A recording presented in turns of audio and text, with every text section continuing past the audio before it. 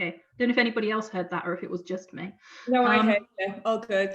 Okay, good. Didn't imagine it. Nice.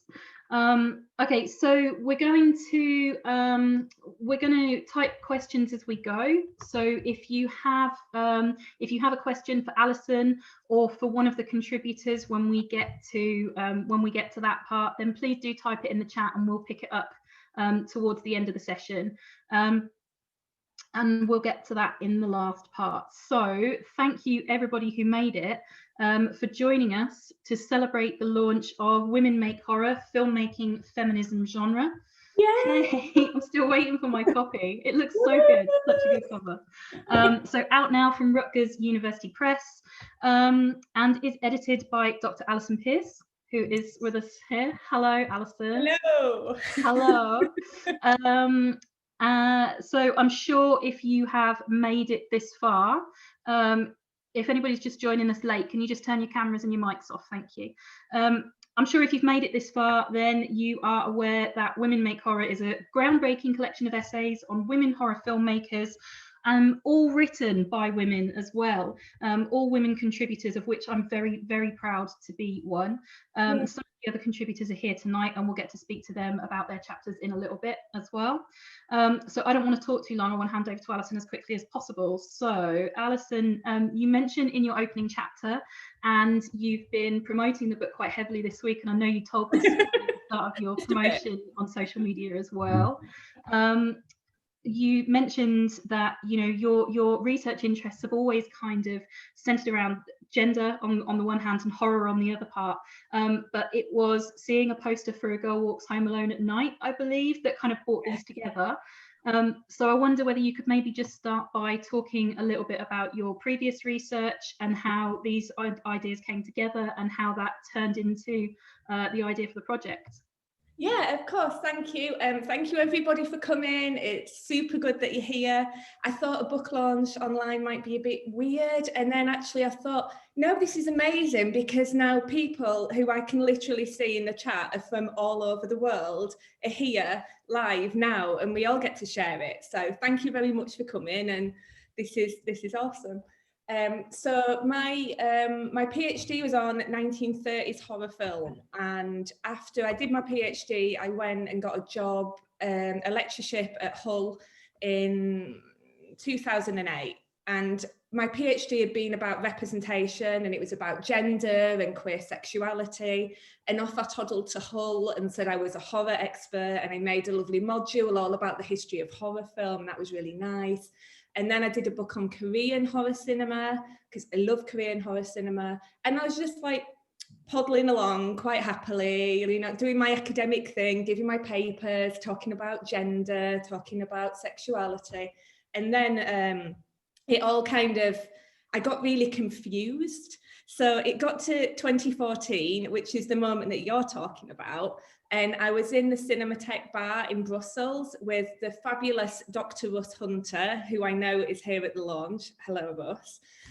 Russ had invited me to Brussels to give a talk at the Off-Screen Film Festival. He was part of the organisation.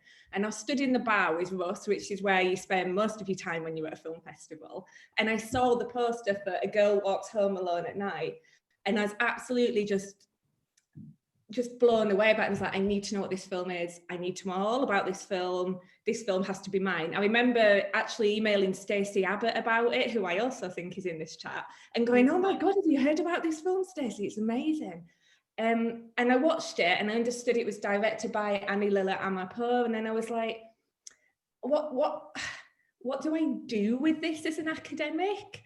Like how I'm really, really interested that a woman's made this, but I don't know how to frame it. If I wanted to write about this, I'm not sure really what to do.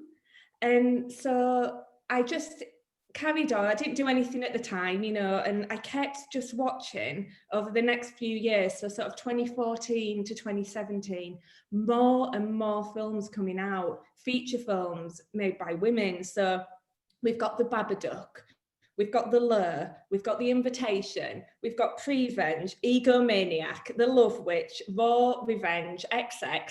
All I'm getting is this flood in like broadcast media saying this is the golden age of women directed horror, this is the new wave. And I'm like, I want to engage with this, but I don't have a framework. I mean, which sounds very academic and stupid, but it's like, I don't know what to do with it.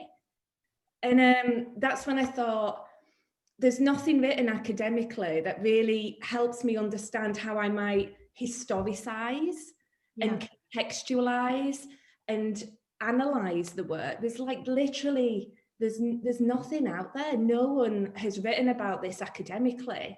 There were loads of articles online, really good articles about, there was this history of women making horror films, and a few films have always mentioned Buffy the Vampire Slayer, which I'm old enough to remember going to see at the cinema in Leeds.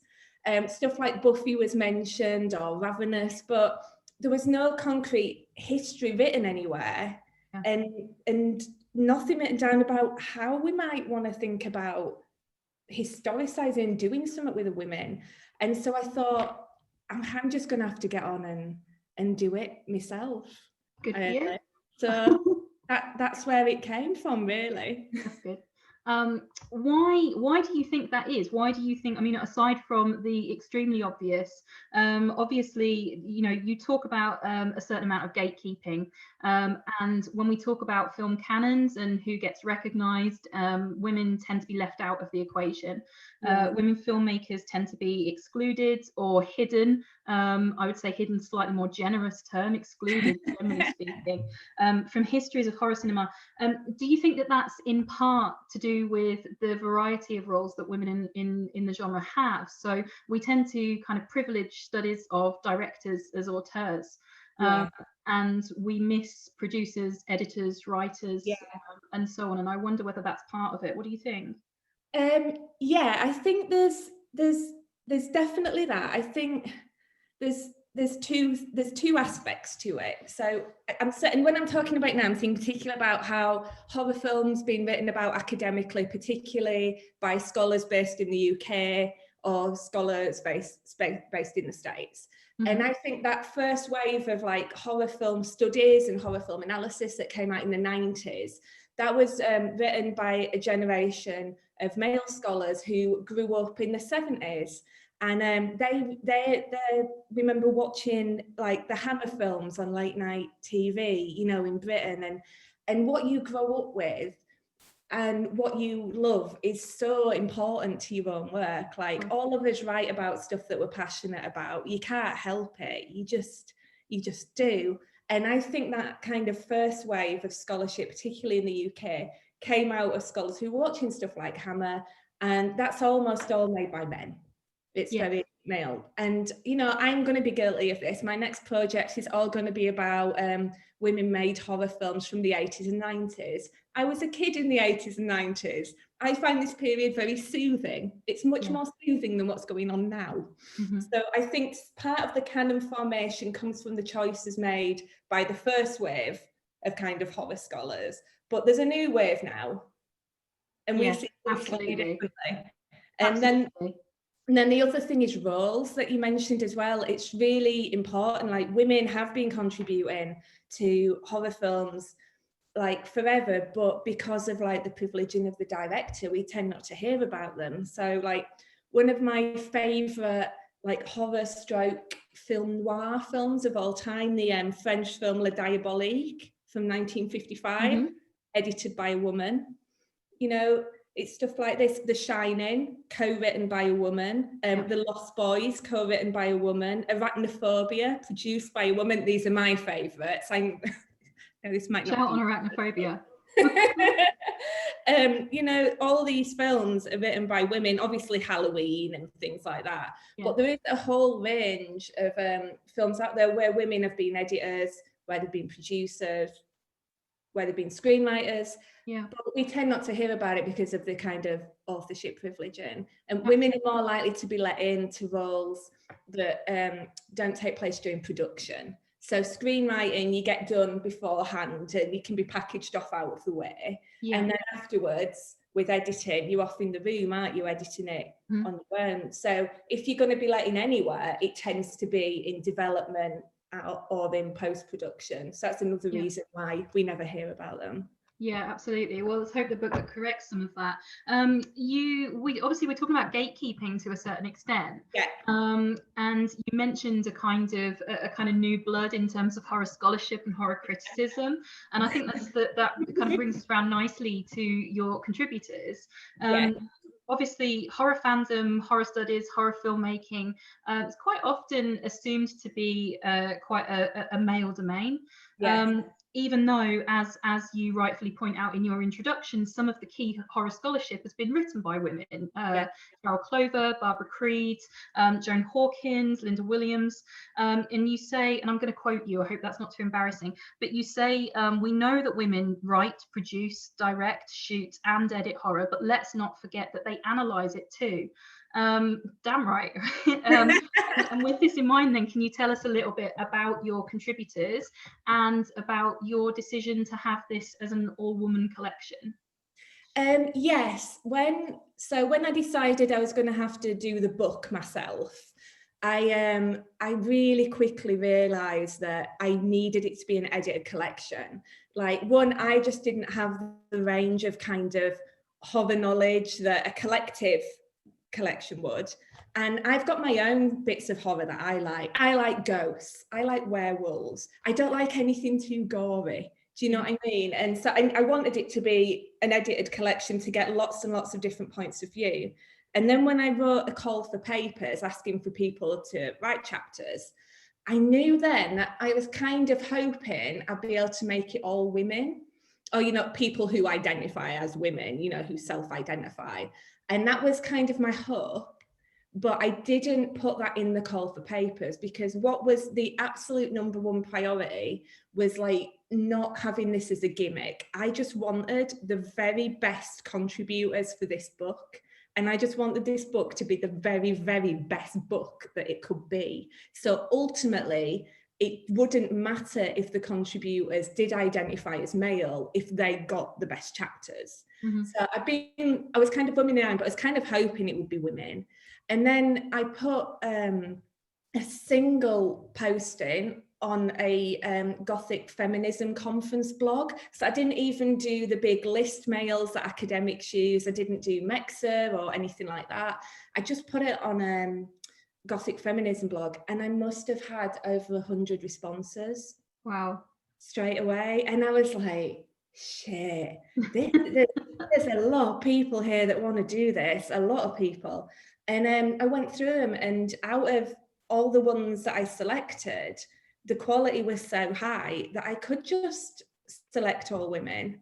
You know, it wasn't difficult. I got the best chapters, and they were by women. So like that was very pleasing to me. I did go after a few contributors. Did I? I must have tried to get hold of you, Laura. Yeah, you did. Yeah, that was so I hadn't seen your call for papers, and that was when I first heard about the collection. You'd contacted me directly to ask me if I'd be involved, which was delightful. I was so glad to be on board. It was so nice to be asked.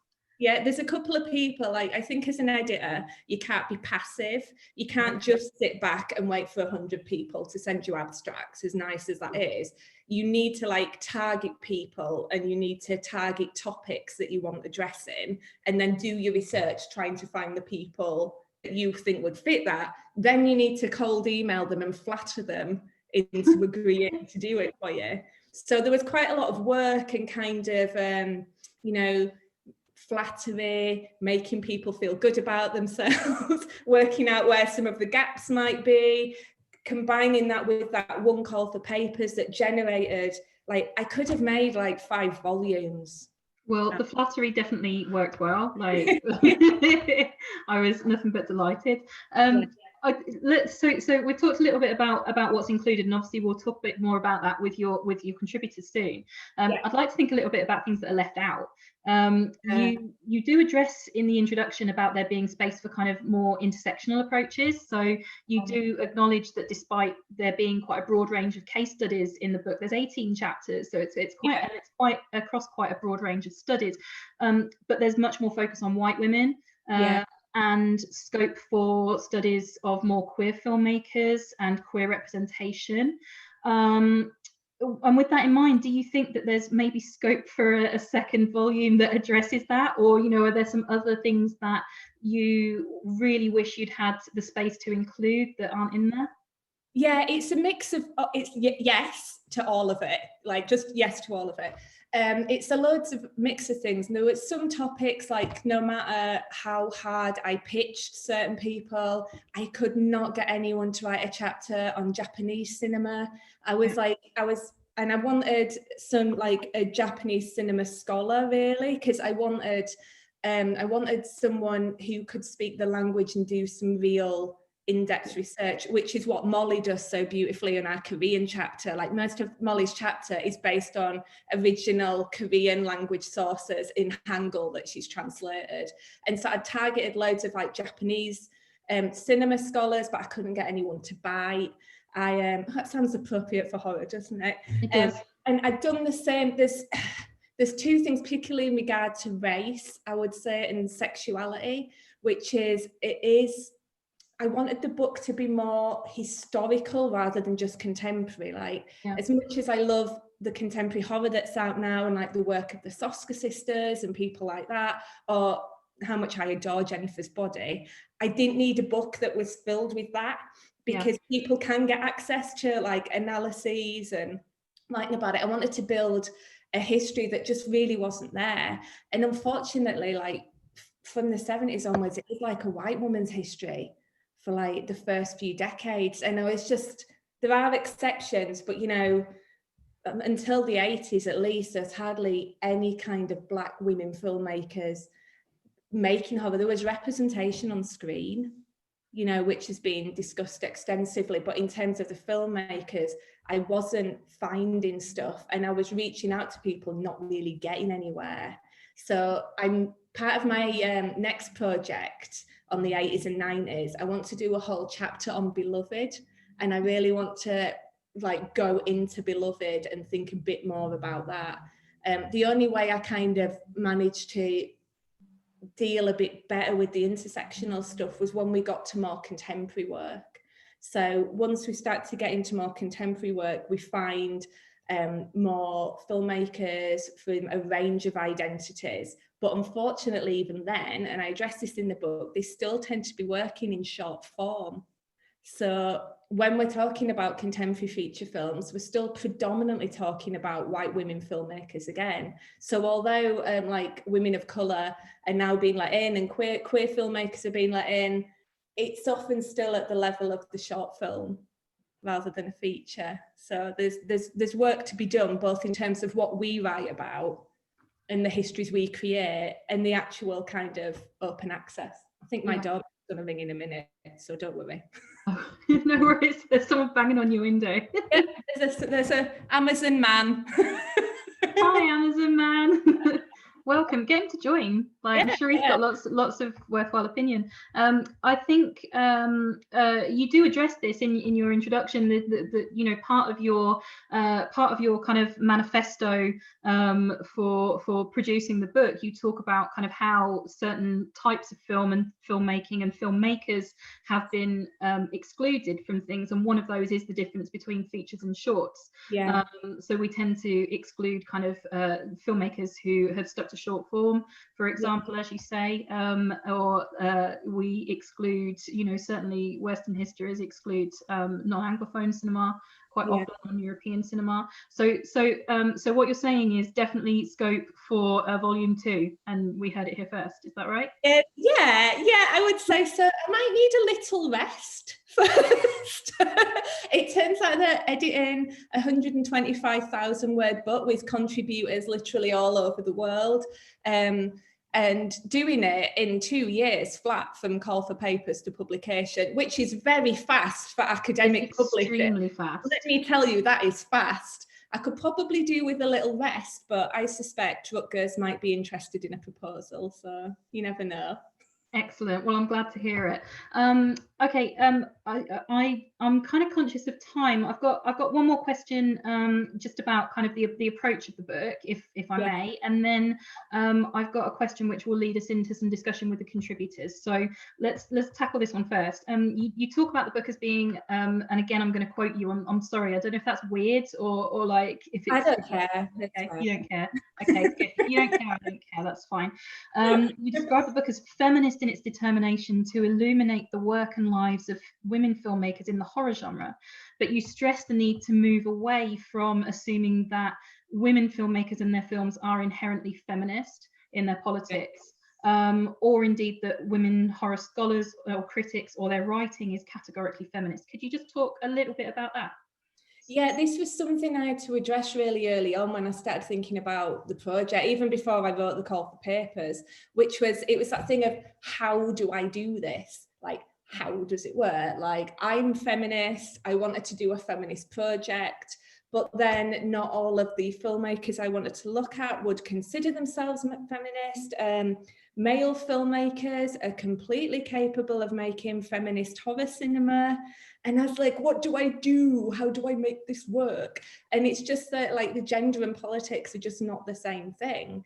And what I would say is that this book is feminist at its most basic level because it's determined to, like, illuminate and celebrate the achievements of women that have not been in the existing histories, and that's what makes it feminist. And then within the book, in like the amazing chapters that all the contributors have written, there's like every possible response and position to feminism in there, both from the writers and from the filmmakers they're talking about. So you'll have one who's like, of course I'm feminist, this is awesome, why wouldn't you be feminist? And then you'll have who are like, no, that's not for me. And look, to be honest, even my gender, like, it's not a thing. Yeah. It's just not a thing. And so we need to be able to take that into account, and we can't just be going around lumping political positions on everyone because of the gender that they have. So it's just ultimately saying it's feminist because we're here to show the world to the women that haven't been looked at. Fantastic. Very, very important, I think.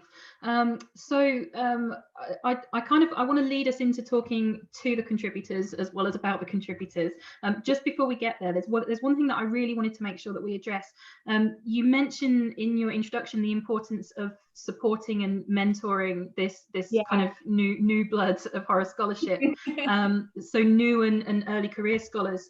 And with that in mind, I wonder if you could perhaps talk a little bit about your process and your role as an editor and where the kind of mentoring or the support fits in, but also kind of, you know, how you would advise people to go about approaching something like this. And I say this because I found the experience of working with you in this collection really collaborative in a way that I've not felt before with contributing to an edited collection.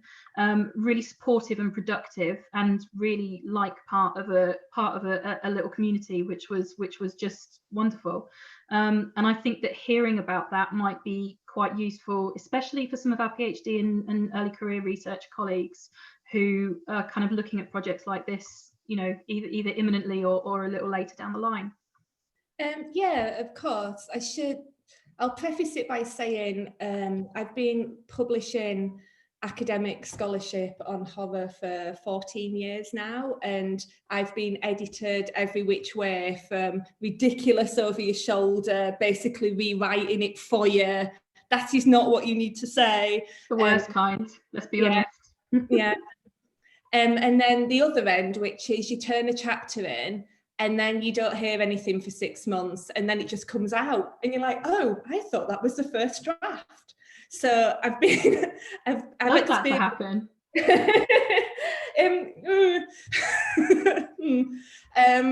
I like collaboration. Yeah.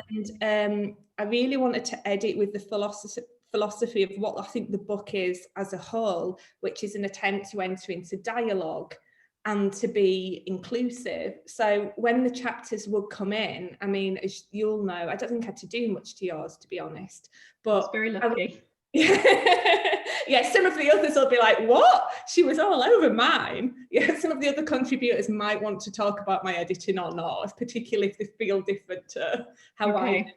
But I'd go through, I liked going through them in track changes, and not changing them, but just commenting on it all the way through, whether that was something to change or something that didn't make sense, but also if just something was cool. Yeah. You know, just going through it and going, this bit is awesome, or yes.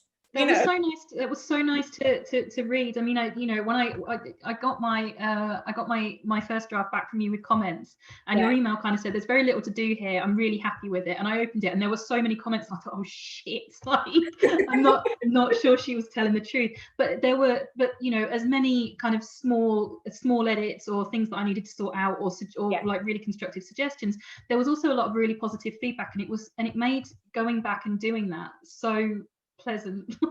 I can't tell you how positive it felt. So yeah, thank you for that.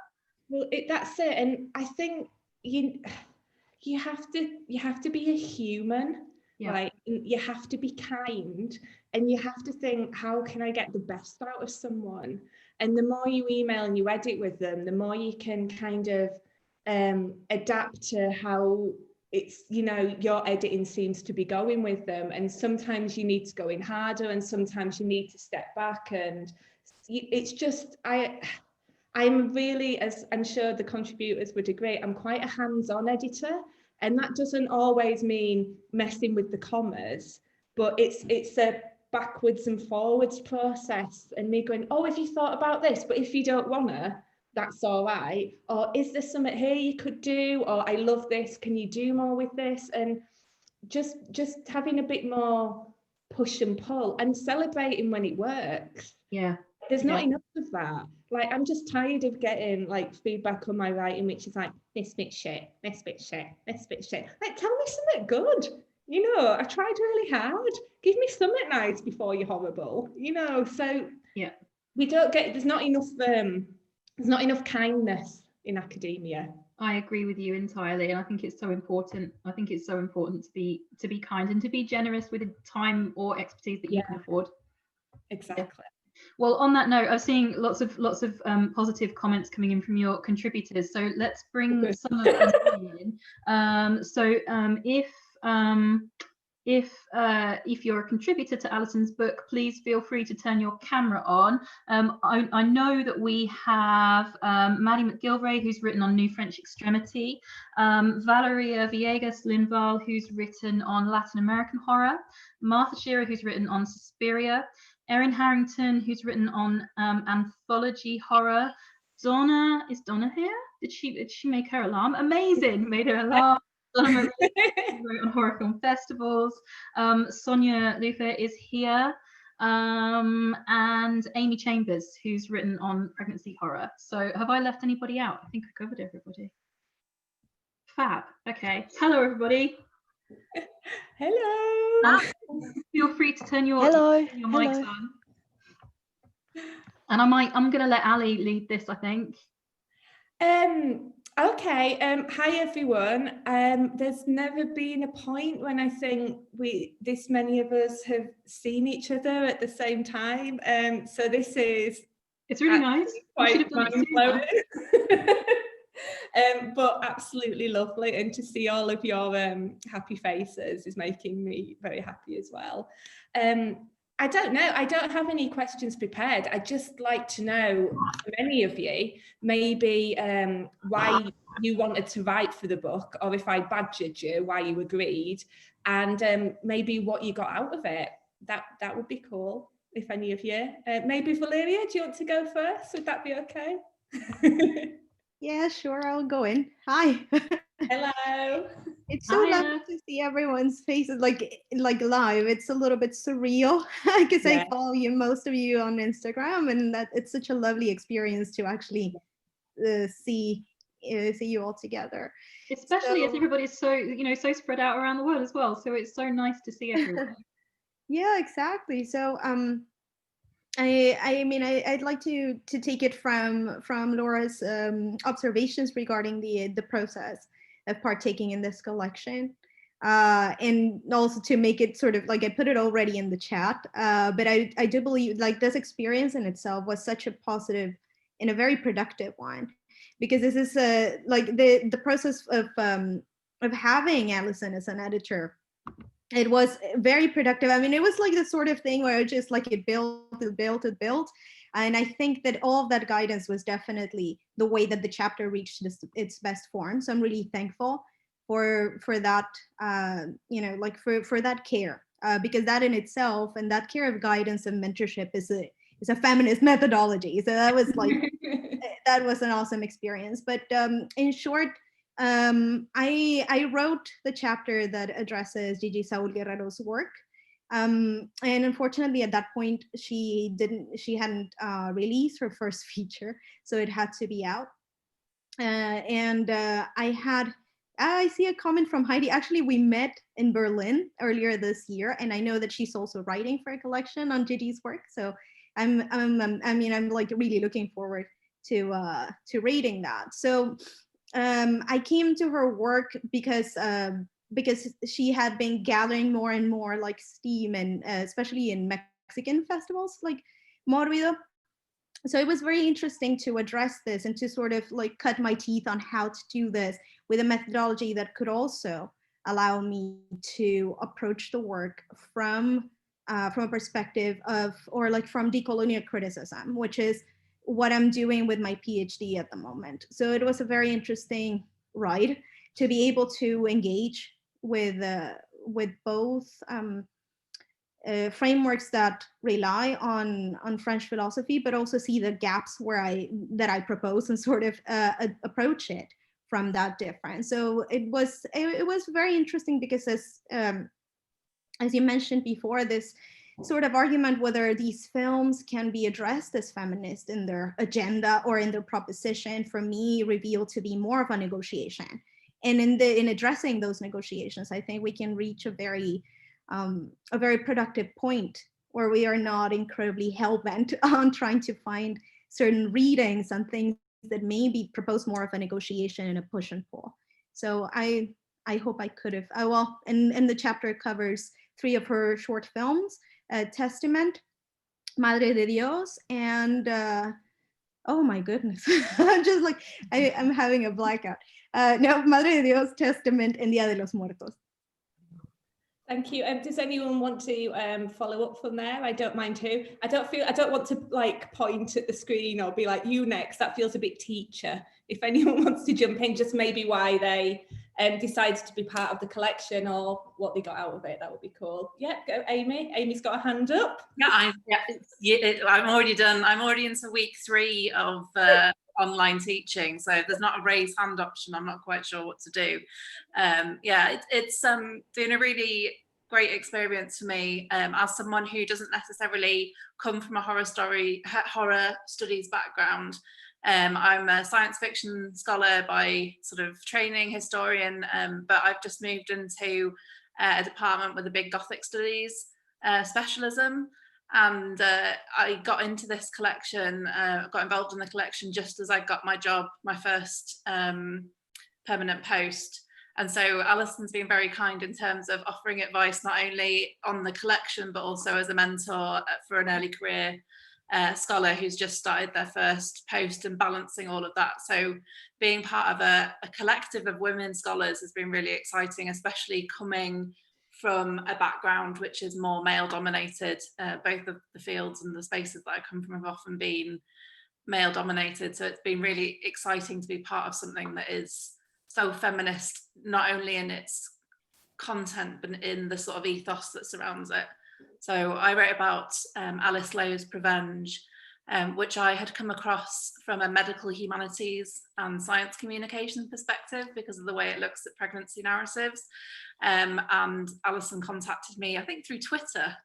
Probably. Contact first and went, hello, I don't know if you've seen this. And I hadn't, and it was kind of nice to have someone recognise that link between what I do as a specialist and then how it might intersect interesting with a project like this. So I've really enjoyed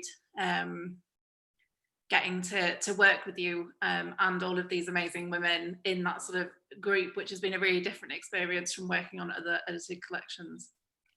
That's fantastic. Thank you, Amy. That's part of what I was saying before as well, about having like your editor hat on and thinking about like different perspectives and different backgrounds. And what although I totally come from this background, I didn't want a book of just horror film analyses, of textual analyses of representation, and that was it. I wanted scholars who were coming at it from lots of different perspectives. So the fact that Amy's got like a medical humanities background, I was like, yes, I need this to happen.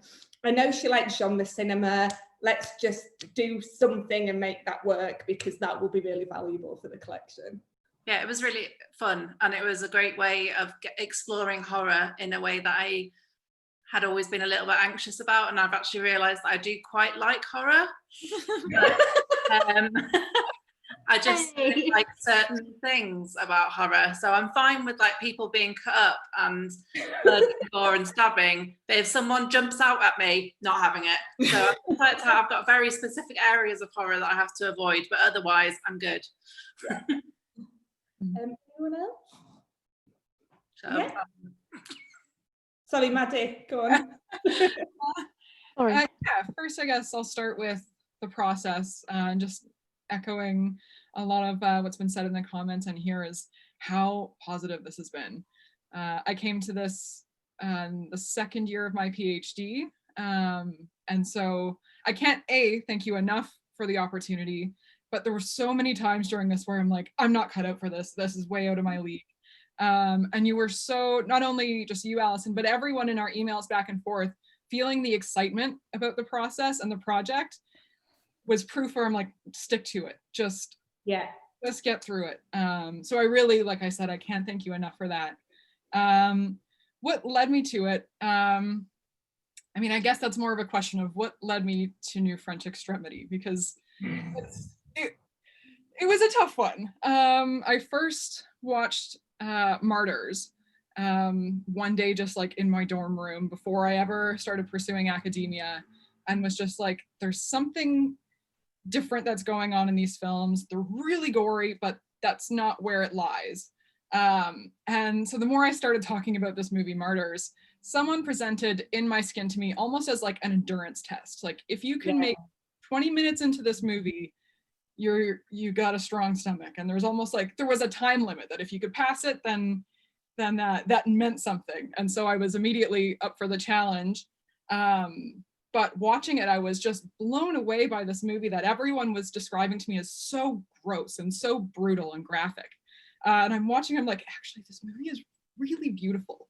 And then I found out that it was directed by a woman, and I'm like, okay, this is really fascinating. And that also then led me to my second filmmaker, Claire Denis, who, you know, was a reputable name, but this was her first venture into horror that kind of shunned her in certain eyes for a while. But yeah, it was really kind of almost that test. And then the more I sat with these movies, it just became very clear that there's something more going on. This is not just brutality for brutality's sake, both in terms of like style, but also in representation and what these films are addressing. Yeah, I think that's that's fantastic. And you know, thank God for you, Maddie, because I can't cope with those films. They are not for me. When I programmed a strand of a film festival /film in Vienna last September, you know, in a different kind of world. And I think I had In My Skin on, and it was when I'd flown to Vienna. I had a massive migraine, and then I think In My Skin was programmed at like 10 at night. And I was sat there like in the cinema with only one eye open because my head hurt so much, trying to watch In My Skin, having been awake like 16 hours and just going, oh, why did it have to be this film? Why was it this one? I'm really grateful that, because I'm rubbish about really body horror stuff. I don't like it.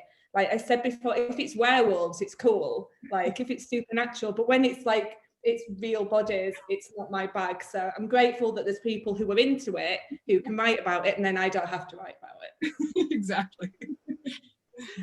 Is there anyone else? What about have we? Yeah, Martha, and then Sonia, then Donna, if that's all right. Okay, I just want to first like echo what everyone else has been saying, and not just to make this whole evening into like, isn't Alison wonderful? But she is. It was great, and this has been like a genuinely really special experience, and I would in general just really recommend being part of like an all ladies edited collection, like A+. So like Amy, I'm not someone with a horror background really. I mean, I did a lot of horror stuff on my MA, but that's like about as much of it. But I am editing a book on women and 70s American cinema, and basically I think I'd sent out the call for papers, and then Alison emailed me afterwards and was like, do you want to do this? And I was like, yeah. And so mainly what I've worked on in the past is musicals, and then I got into this and realized that I was working on Suspiria, which is as much like a musical as like a horror film is going to get. So I actually hadn't really strayed as far as I thought I had. So I came into this topic really via teaching, in that I'd been teaching a sort of a small block on a module on Italian cinema in the 60s and 70s, which I'd largely chosen so I could have the opportunity to teach Suspiria, because it's just such a kind of beautiful text to teach. And I'd found the very, very auteurist scholarship on Suspiria really, really frustrating. Not just for the ways that it's really quite dismissive of Daria Nicolodi, who has spent like over 40 years being like, hi, I wrote this, and like still doing this on Twitter. Like people will just like post GIFs from Suspiria and she'll just reply, I wrote Suspiria. So despite all of their efforts, like even when she's acknowledged, it will still be like discussed as an Argento film, and then quite a lot of the time read as like, you know, as like a very misogynist film, as like an expression of his own sort of perceived personal misogyny. And I think that framework just so completely not only excludes Nicolodi's labor, but also like that film's really deep investment in the feminine and the ways that it's sort of, I think, allegorizing questions of women's authorship and women's creative production. So this was just such a lovely opportunity to get to grips with this film and to sort of go back to stuff that has been really long-standing interests of mine that I hadn't really thought about for years, like proper kind of feminist film theory and stuff on the Paranoid Woman's film, and it was just, yeah, delightful. It was great. I couldn't believe it when you pitched that as well, because I'd seen Martha's call for paper for something else on women and 70s cinema, and I was like, I'll have her. She's doing the book. She's doing the right kind of thing with no background on horror, that doesn't matter. And then when she came back and she says, oh, I'll pitch a project on Daria Nicolodi, and I was like, yes, okay. Like I struggled to find enough people to work on the earlier stuff, particularly like 70s and 80s. There weren't that many suggestions for that. So the fact that you came along and you were like, I would like to concentrate entirely on Daria Nicolodi, perfect. Yes, please do that. Sonia, did you want to offer? Yeah, again, like everybody, I wanted to thank you so much for your generous editing of this collection. It's been amazing. By far my best experience so far with publishing. So when I first saw the call for papers, I actually thought you had written it just for me. I was just starting my dissertation at the time on women in horror film production. And I was like, okay, yeah, I have to submit something to this. And hearing now that you got so many submissions, I'm really glad I made it in, because I would have been very devastated if I hadn't been involved. And the chapter itself came about because I had been going to a lot of film festivals here in the US mainly, but also Final Girls Berlin, and just interviewing filmmakers, talking to them about their work, and mostly seeing short films, which I hadn't seen a lot of short films directed by women, horror films directed by women at the time. And that was pretty much all I was seeing, and I was seeing how amazing they were. And I knew that that was something I wanted to focus on. So all the films that I write about in my chapter are short films.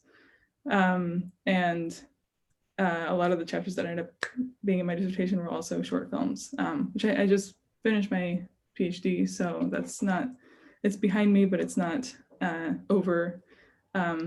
So yeah, thanks. That's kind of the roundabout response to how I got into it. Yeah, that's fantastic. And congratulations on finishing the PhD, Sonia. Well done. Congratulations. And Donna, did you want to go? I do. Just before I start, hi everybody. I'm going to whisper because it's 3:49 a.m. in Australia here. I'm in your future. And I don't want to be too loud, because if I wake up the house, especially my dog, it's all going to go to shit. So hi, it's so really not, it's really great to see everybody, and we are really in I'm in fantastic company. And I just wanted to shout out to two people before I start. Thanks, Kate. Kate's someone that's in Australia. She's got out of bed to see it. Hi, Kate. And also we're so lucky to have Heidi Honeycutt with us, who is such a supporter and advocate of women's filmmaking. I just have to acknowledge you here, Heidi. Oh, she's going, oh, she's just amazing. So I was really excited to see this call for papers. I'm a filmmaker. I've made 2 horror films, and I also work in academia. And I thought this was a perfect opportunity for me to actually write about film festivals, especially a particular one down in Australia called The Stranger with My Face International Film Festival, which has been like an amazing kind of harbour for Australian horror film, for Australian women horror filmmakers here. And so I pitched it to Alison, and it was really fantastic that she came back with such enthusiasm, because the film festival is a small one, but it has had such a major effect on Australian women horror filmmakers that I just wanted to sort of tell everybody. But it's also the genesis of how, and I guess it's, you know, the genesis of how women can connect together and actually make their work better. And we all went down to Tasmania, which is, you think that I'm in Melbourne, lockdown, I just have to put in that there, that I'm on the bottom of the world. Hobart, Tasmania, is even further south than that. It's right, you know, the next stop is Antarctica. So from this festival to actually have this international reach, just a very small festival, but Bryony Kidd, the festival director, absolutely put in so much work to pull us all up together. She brought in international guests like Jennifer Lynch, Gayleen Preston, the New Zealand filmmaker, Heidi was always there on Skype. And we had this kind of international reach around us that it made us feel like we could do anything basically and reach anybody. And, you know, some of the films come out was, you might have seen, it's just been released, Natalie Erica James's Relic. Who else is there? I'm missing out now. Sonia, you wrote about her short film. I've just forgotten her name. And it's 30 Miles from Nowhere. Kristen Collar, she's made Caitlin Collar, sorry. And, you know, I did a couple of films from there. And so it's just this little thing that happened that has just made such a difference to women filmmakers from Australia, in a place where, although we have a lot of fabulous horror films from Australia, we don't kind of get the recognition that we want. So thank you. And I'm sorry that I'm in the dark, but you know, I can't. When I turned my camera on, I thought I can't move now because my dog's going to wake up. It's getting dark here. I've literally watched the sun go down while we've been doing this. Well, if we go to Australia, maybe we should go to New Zealand next and have a chat with Erin. Hello, Erin. Hi, good morning. It's slightly more civilized here. It's nearly 7 o'clock, so that's good.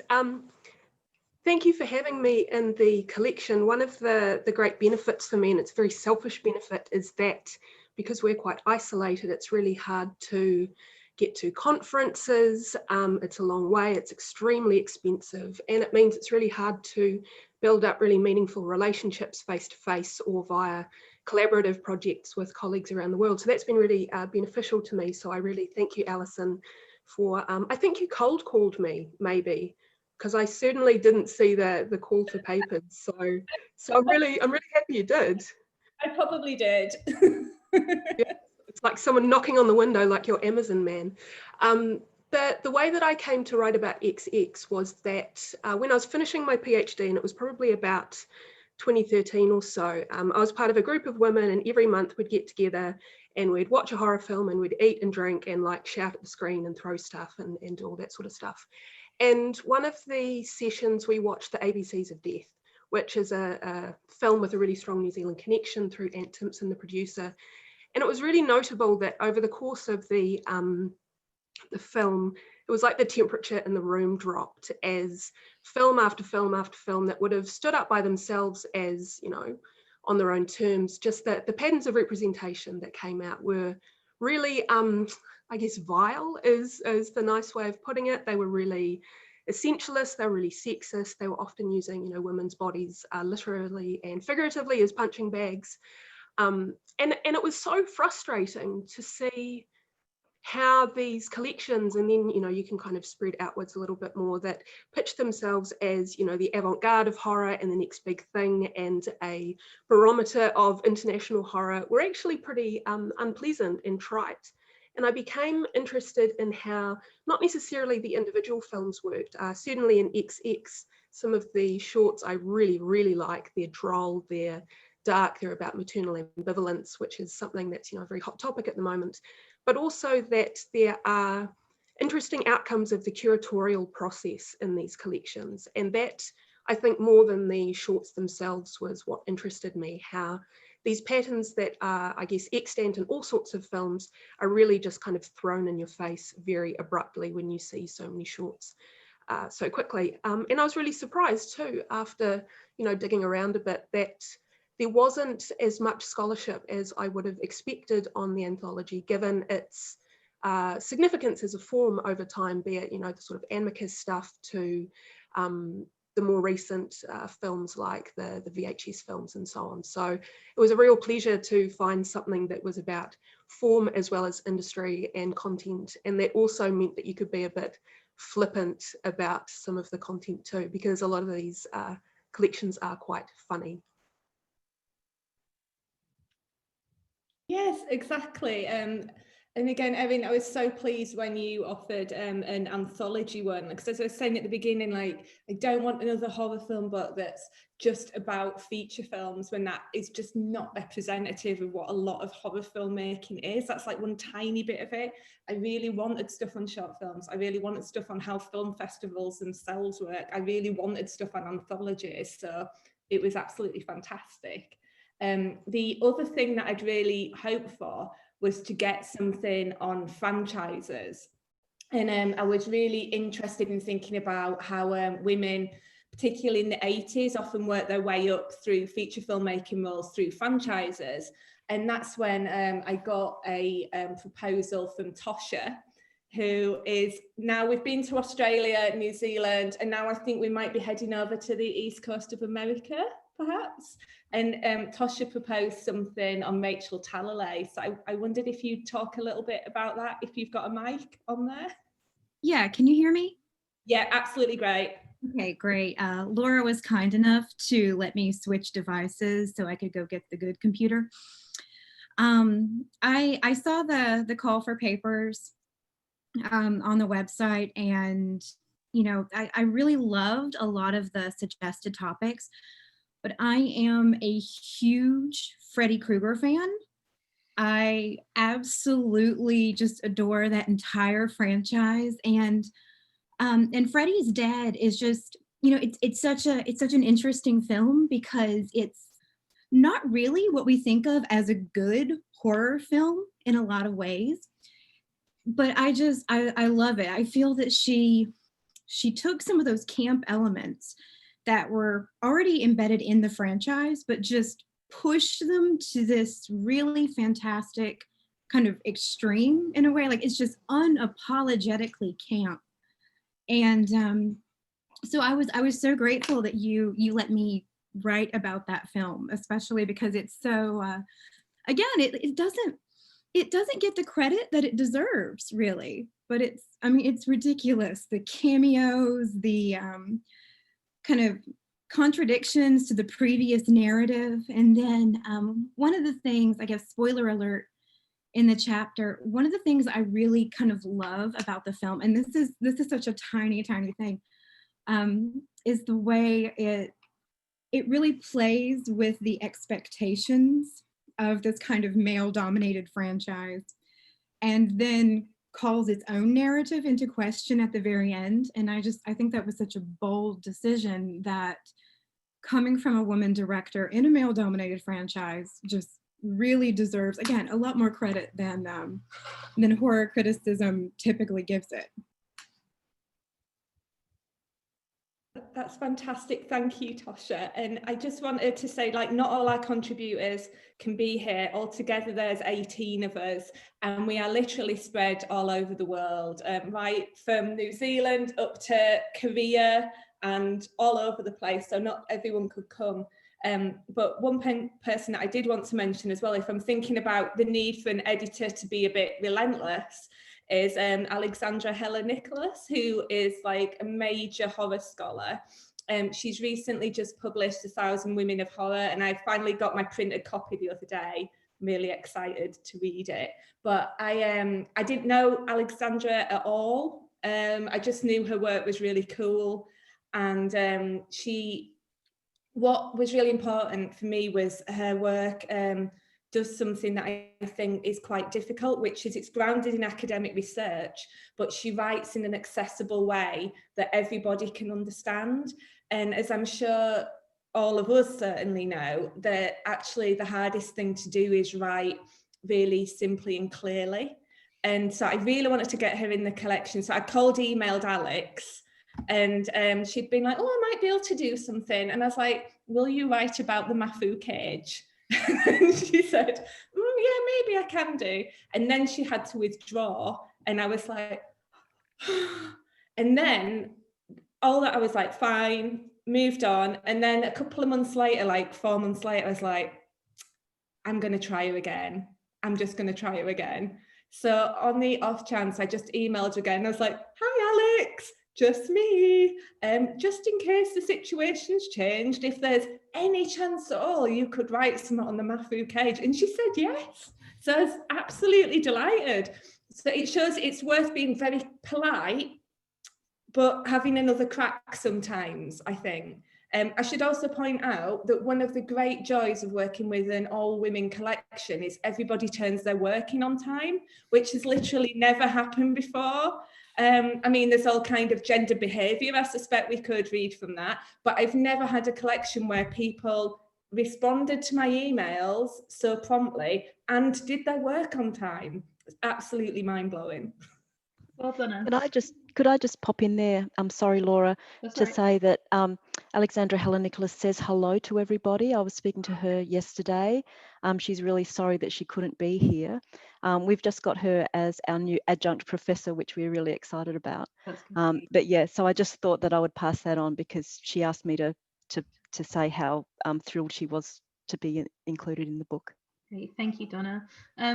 We've got quite a lot of questions come in, and I'm aware that we're slowly running out of time. We could talk like this all night, but I want to make sure that people who've asked questions have a chance for them to be answered. So, I mean, if contributors want to hang around, I'm sure there will be things that everybody can discuss. So stay with us. Okay, so I'm just going to run through what's in order. I think there's a few things that we might have covered while we were talking, but we'll see. So the first one that we have is another reason for women feeling excluded from horror film fandom and engagement, perhaps due to toxic male fandom for horror cinema. Is this or other patterns of fandom covered in the book? Oh, do you fancy taking that one, Sonia, given you've written about female fans? Is that okay? Yeah, I was going to raise my hand. So yeah, I do talk a little bit about that in my chapter, the final chapter. and mostly about how, women have always been fans of horror. They just haven't been, like women horror filmmakers, women horror fans have been kind of invisible for different reasons. And I think toxic male fandom is one of those reasons for sure. And I think, I think women's horror filmmaking is something that's helping other fans come out of the woodwork and kind of own their fandom and make it a little bit more visible and more common. Because even just a few years ago, I think a lot of women had difficult experiences as fans, and I think that's definitely changing now. So yeah, I do talk about that in my chapter a little bit. Thank you very much.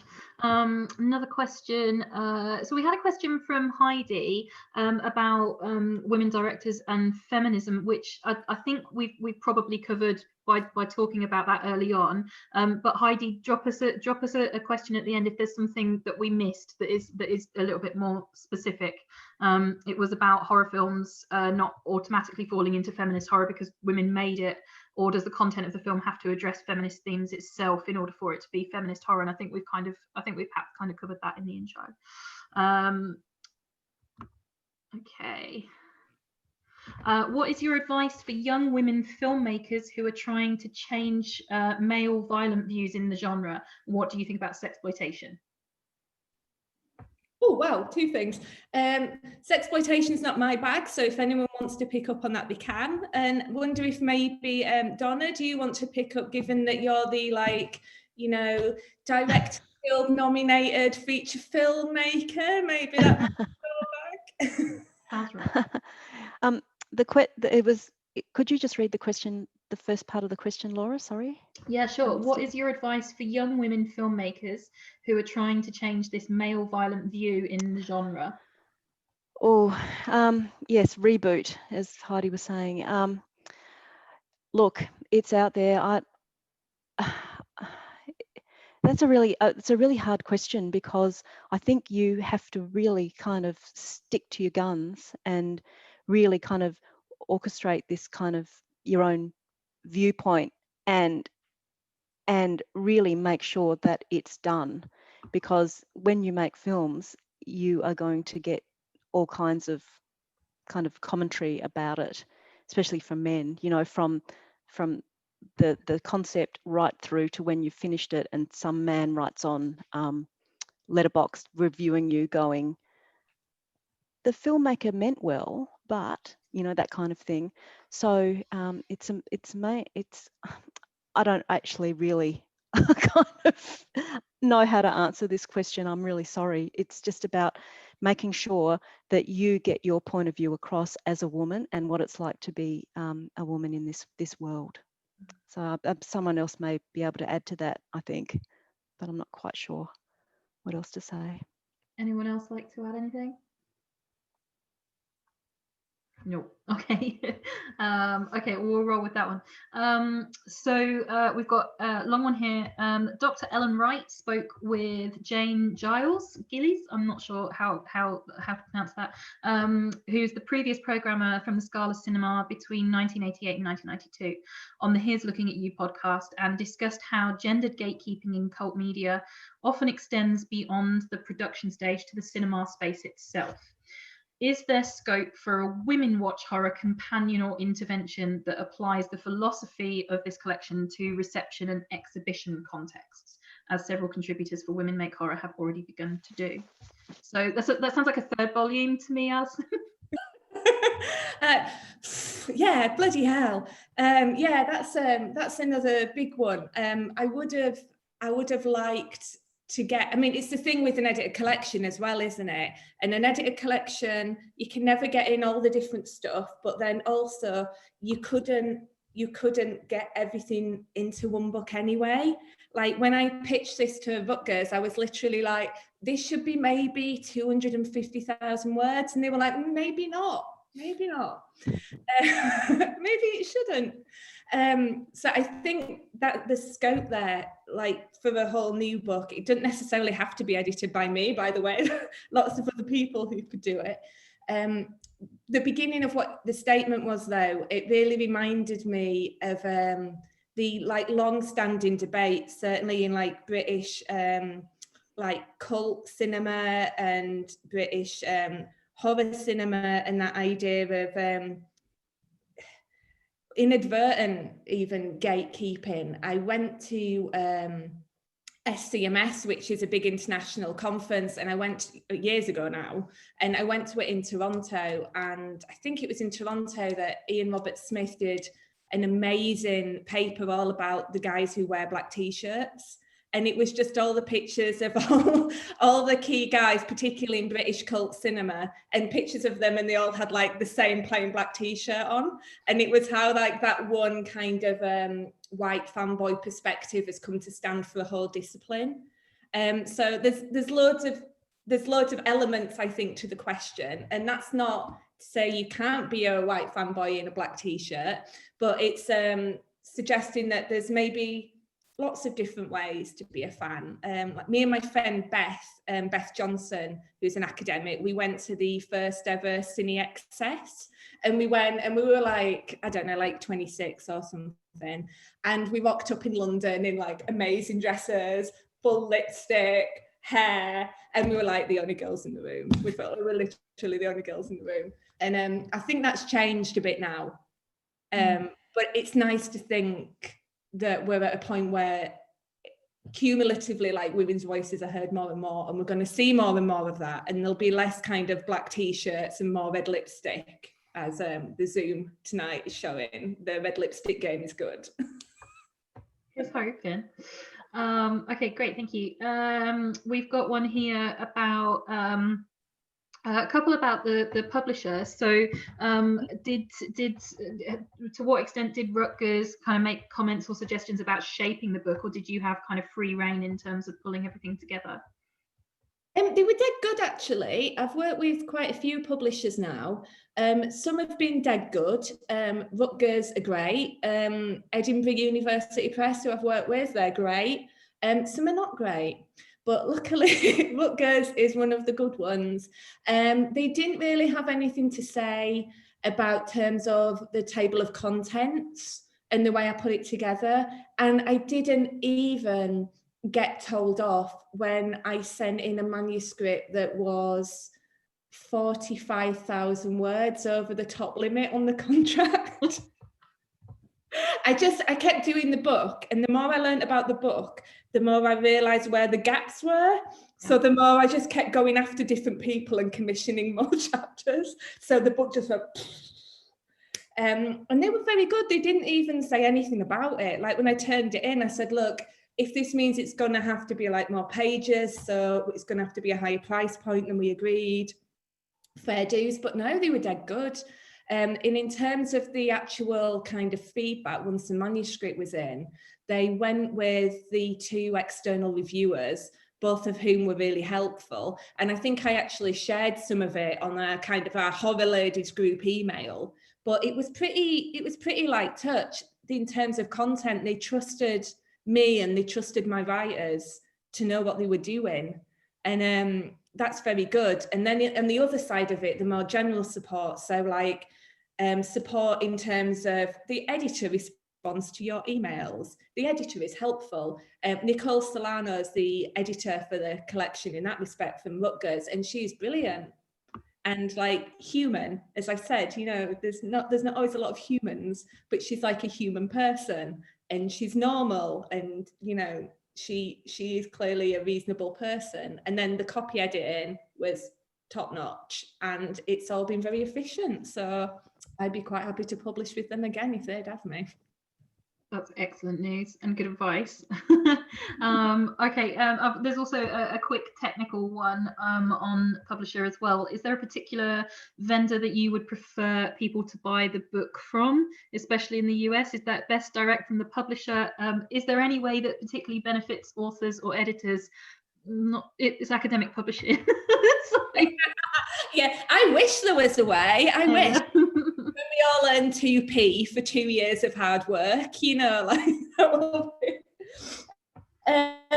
I don't mind where you get your books from. I'm kind of fully on board with the ethics of stuff. Like here in the UK, I like ordering all my books from Hive because it directly there's financial gains for independent high street bookshops. So I use Hive. I like using ones that aren't owned by massive conglomerates, but quite frankly, I don't mind where you get the books from, and it's going to be different prices in different places. So get it from where you can afford it and how you can afford it. And the main thing is that you get the book, I think.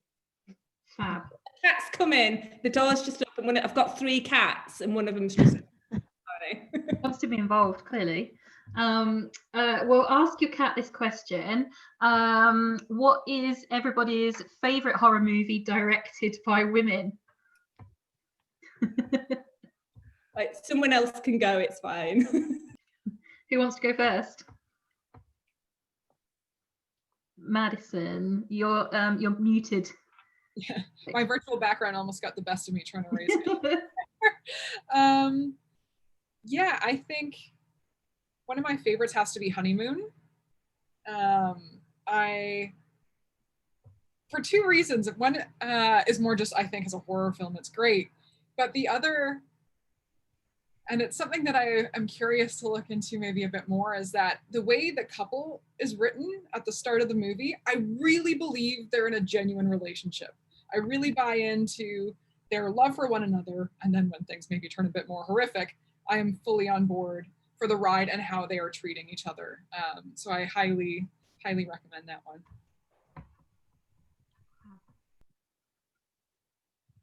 Erin?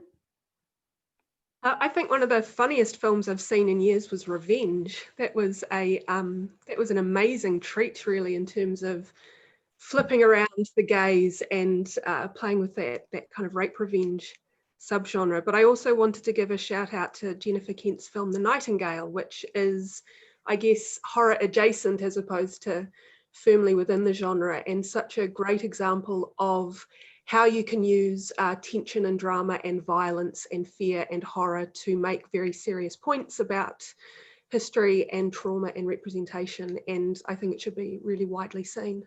It's pretty harrowing, but so are lots of the things we've been talking about. Yeah, absolutely. I'll do mine. Mine's really obvious contemporary one, but it's Karen Kasana's The Invitation. Yeah.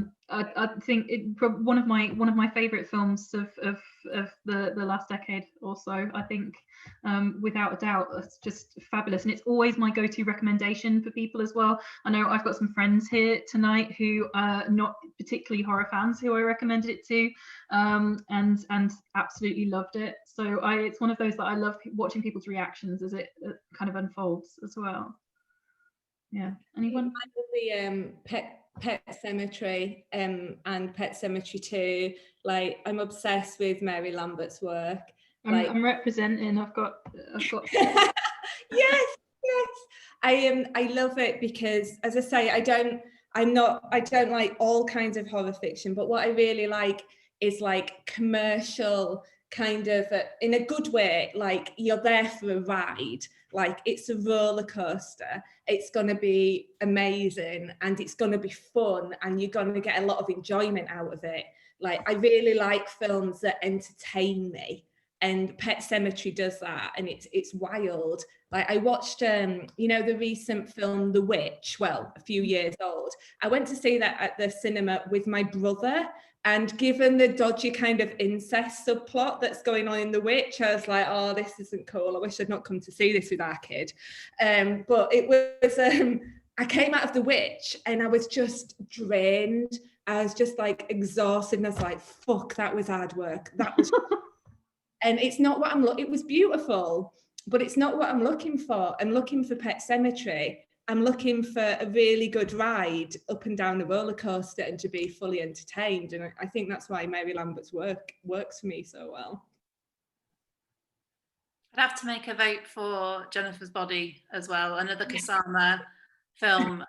I've really come back to that recently. I've been doing another project on women filmmakers of science fiction, and her work comes up there as well.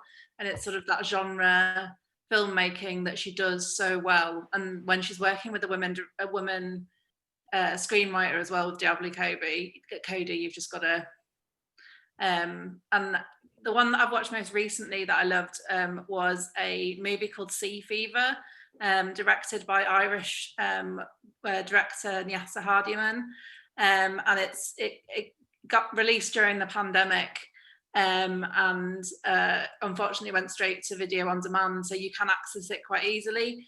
But that is a beautiful piece of sort of marine horror, and it's really clever, but it features amazing detailed women characters and male characters that often take on the roles of sort of stereotyped women. It's really nicely put together, and Nyasa's amazing as well. Anyone else? Yeah, I wanted to recommend Mia Kate Russell's Maggie May, which is a short film that just, I think it just got released on Alter, the YouTube channel. I would not recommend watching it in your first year of parenthood, but anybody else should definitely watch that. It's amazing, and it's not long, so you can watch it this afternoon. I'm taking notes. I'm making a little list. Valeria? Yeah, I wanted to raise my hand. I know that I put it probably on the chat, but I cannot praise it enough. Good Manners, co-directed by Juliana Rojas. I think it's probably one of my favorite to come out in the latest years. I think that Juliana is amazing. And her previous work is more like, I guess it has more of a fantasy bent, but I do believe that it portrays, I mean, it's beautifully made, but it also portrays queer intimacy in such a way that I have not seen in other portrayals, especially in the context of Fantastic. So she is one to watch, but I'm also very much obsessed and championing the work of Michelle Garza, who is a fellow Mexican, and she's doing amazing work in short films. She is developing her first feature, and I do firmly believe that she's one to watch. So I would love to write about her at some point. Anybody else? I recommend one more. Of course. Revenge inspired me. MFA, another women's take on sort of the rape revenge subgenre, but I remember that film ending and just wanting to stand up and applaud. So highly recommend that one. Oh, fantastic. Okay, thank you. Anybody we haven't covered? Sorry. Anybody else? Tasha?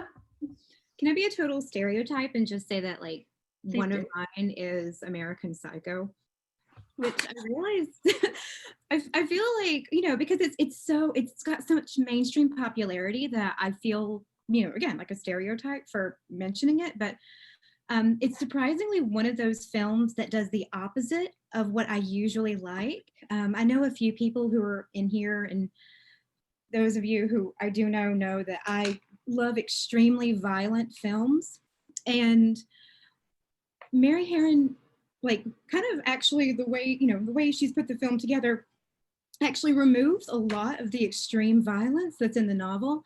And one of the reasons I have so much respect for that film is because I loved it I don't like the book at all. It's no, with all due respect to anyone who loves that novel, I find it to be really self-indulgent, and I don't like the author very much, but I feel like I think he's harder to like. every year that passes, it's harder to give him any opportunity whatsoever to be liked.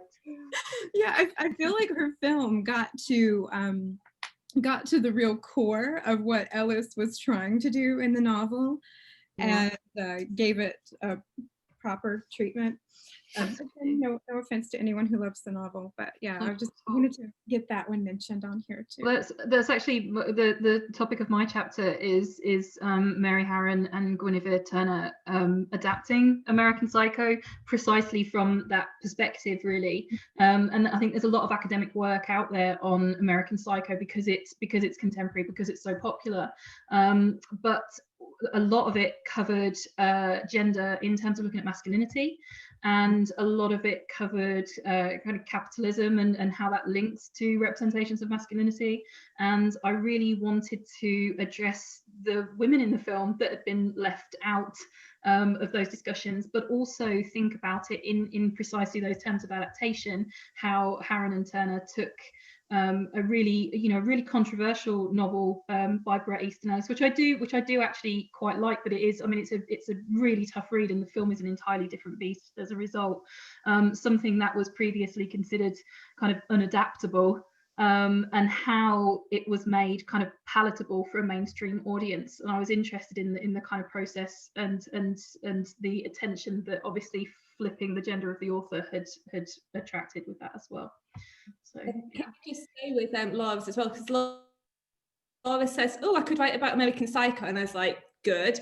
And then when her chapter came in, you won't really be able to see on the camera, but she quotes in full the Genesis and Phil Collins lines that he has. So, you know, there's the whole section where he's explaining how amazing Phil Collins is, and Laura has quoted it in full. And I read that in the chapter, and I was just like, yes, this is the kind I want to work with. It's integral to the chapter. It's definitely not just about taking up the word count. Martha, did you have a film you wanted to mention before we move on? I'm aware we're running out of time now, so I'll just be right, because like when I saw the question came up in the chat, my first immediate thought was Pet Sematary, because I just have so much childhood affection for that film. There was like a year where me and my friends used to just watch it at every sleepover, so that was where my brain went, and it hasn't gone anywhere else. So fabulous. I'm with you. I love it. And I know Shelley McMurdo, who is here tonight, who helped co-organise this, is currently writing a Devil's Advocate monograph for on Pet Sematary. So that's very, very exciting to a number of people here. Keep your eyes peeled. What else have we got? Okay, so we've only got a few minutes left. Interested in Alison's early discussion of historiographies, how might we begin to conceptualise the anti-feminist backlash against Blumhouse's recent reboots? I'm thinking specifically about Sophia Takal, April Wolf's Black Christmas, and the rising hostility towards Zoe Lister-Jones's The Craft legacy. This is actually something that I'm thinking about writing on. I'm finishing a book on horror remakes at the minute, and this has kind of come up right at the very end of pulling that together. And I think it's really interesting, but I haven't given it a lot of thought yet. Alison, did you have something you wanted to come back to on that? Yeah, I'm aware of it. I'm starting to see adverts for The Craft, and I'm not sure what I think about how these are being received yet. I think there's something in the question. Yes. I haven't theorized it yet. Maddie, I noticed you were nodding a lot. Did you have any thoughts on this, on how these, like the Blumhouse, like women reboots are getting handled? Yeah, I'm just seeing reactions on social media that are disturbing, especially in relation to Black Christmas. I really love this movie, but people annihilated it, both critics and fans, largely both male for both categories, and I think it's a movie that deserves more attention, rather than just comparing it to an original that of course is like a beloved original, and maybe think more about what it's trying to do today. Why would you remake Black Christmas today in the route that they go down? Absolutely. Yeah. I think it's worth noting as well that horror remakes tend to get a lot of stick regardless of who's remaking them. So there's two areas of criticism, and I think trying to detangle the gender of the people who've rebooted it from the reboot itself and people's natural responses and reactions to reboots and remakes is quite a delicate process. And I think that there's quite a lot of different things at play there. So I'm definitely it's kind of seeped its way into the conclusion of my book, but I'm hoping that it's something that I can maybe spin out a little more and think about particularly now the craft is coming up, and we seem to be having a similar kind of backlash. Yeah, I think it's been interesting how they've framed the Candyman as well, in terms of how it's being advertised, and it's that sort of presented by narrative again. So Nia DaCosta almost sort of gets secondary to Jordan Peele as the sort of like Get Out director of, and it's sort of his project as the producer, and in order to hide that and lose that criticism, they sort of put her to the back, which is really problematic. Yeah, absolutely. I'm aware that we're kind of running short on time, but we can run for a few more minutes if people are okay with that. If Alison in particular, if you're all right with that, or okay. So we'll understand if anybody has to escape, and if that's so, thank you for joining us. But we'll carry on. Maybe I'll just see if there's a couple more questions, if that's all right. No one's leaving. Excellent. Okay. So another question. Okay, so from Tom Watson, some of my recent research is interested in the examination of extreme music subcultures, noise and female performance. Because these scenes are historically written about as male-dominated spaces, there seems to be a lot of crossover here in terms of appropriated imagery and aesthetics from horror cinema and exploitation cinema. I wondered if music and sound from women practitioners was something that anybody had encountered in their chapters or their research. Oh, I saw this from Tom. Hello, Tom. You know Tom Watson. Good to hear from you.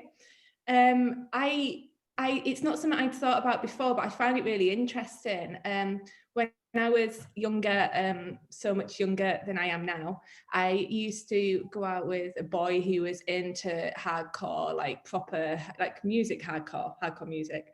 And I spent a lot of time at like the 1 in 12 club in Bradford and at hardcore festivals in London, and just very aware of how male it was. I never felt unsafe or anything, it wasn't that, but it's just very much aware of the white angry boy culture of it.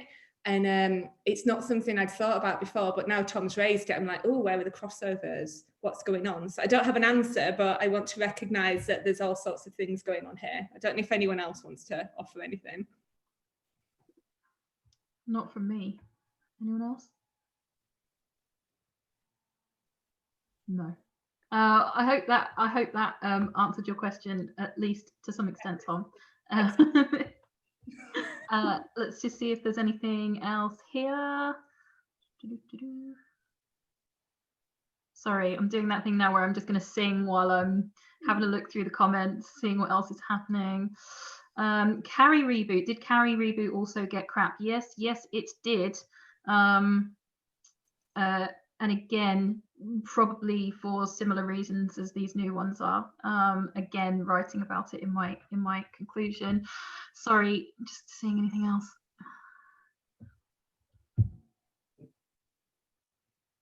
I think we're covered. I think we've covered everything. Has anybody got any additional questions that they'd like to ask before we finish? One last chance. People are mostly going off to watch last night's Bake Off, judging by Helen Wheatley's comment at this point. So I didn't see Helen's. Yeah, fair enough. Okay, let's call time then. Thank you so much to all the contributors that could make it tonight. It was really lovely to speak to you. And thank you to Alison. Thank you for bringing together such a brilliant collection, and thank you so much for celebrating its launch with us tonight. And I'm sure everybody is looking forward to reading the book. Yay! Thank you, everybody. Thank you so much. Thanks, everybody. Good night. Bye. Thanks so much.